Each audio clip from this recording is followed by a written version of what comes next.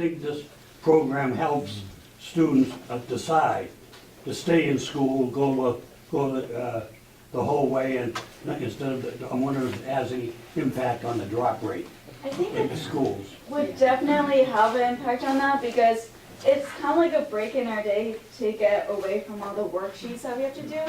And so just like being able to like take a step back and like actually do something that's fun for us, it makes us more interested to go to classes and Yeah, and something that like will benefit us that we want to do in the future that's not just like what we have to do at school.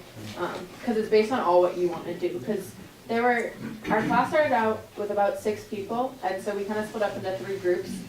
One group's building an electric car, another group is building a flight simulator, and then we have our aquaponics tank. So it was all kind of like, you can see the different personalities and the different projects. So everybody really likes it because it's something that they want to like learn more about. So they're always like trying to get it better, trying to make it better.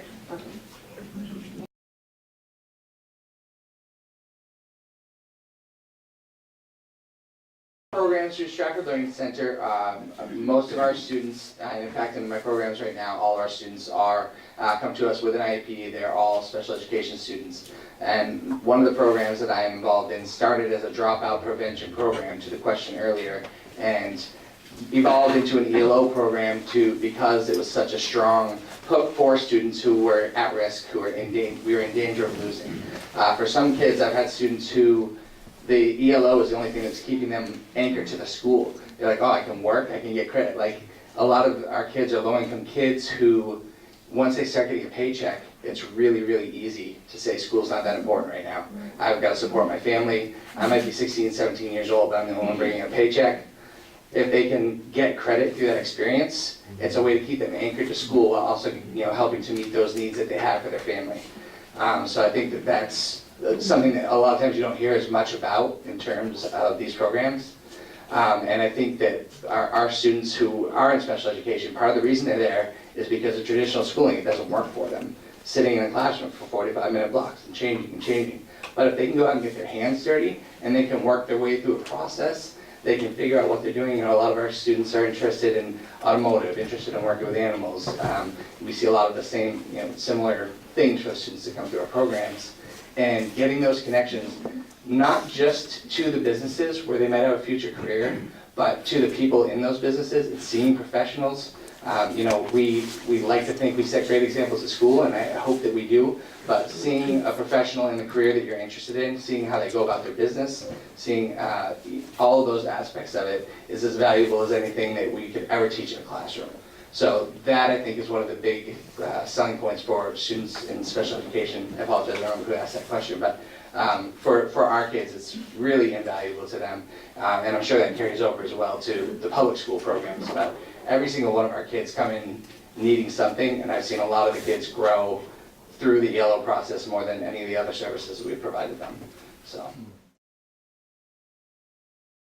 Many of our ELO coordinators, myself included, run career fairs. They go into the classroom. They work with classroom teachers to rethink their curriculums so it's more project-based, more inquiry-based. All of these things are going to instill these kinds of skills in our students so they can be successful in their individual ELO experiences. So our job is very broad. We offer non-credit bearing experiences within our work, like job shadows, as I mentioned, guest speaking, doing career fairs. We do a number of things even beyond organizing these individual experiences. So if you get the right people doing the right things, this is something that just doesn't live over here, and the rest of the curriculum lives over here, but they're very much integrated. So I think those are the most successful programs that we have around the state. Determine how much credit they get toward graduation, or that they're doing what they should, or... That's a great question. Every school has the ability to put those factors in place in terms of how do they determine credit. So a school who has a fully developed competency program, then it's going to look a little different than those who don't. So, but for the most part, we require a certified educator to sign off on these experiences. That being said, not all ELO coordinators are certified educators. The beauty of having them involved, though, is that they are there to facilitate those certified educators to be involved. So depending on the structure that's in place in that school, that's going to determine the policies around grading those experiences. But in the high quality framework, you're gonna see that there are some factors that have to exist across all ELO experiences in order for them to earn credit for those experiences and how much credit they're gonna earn.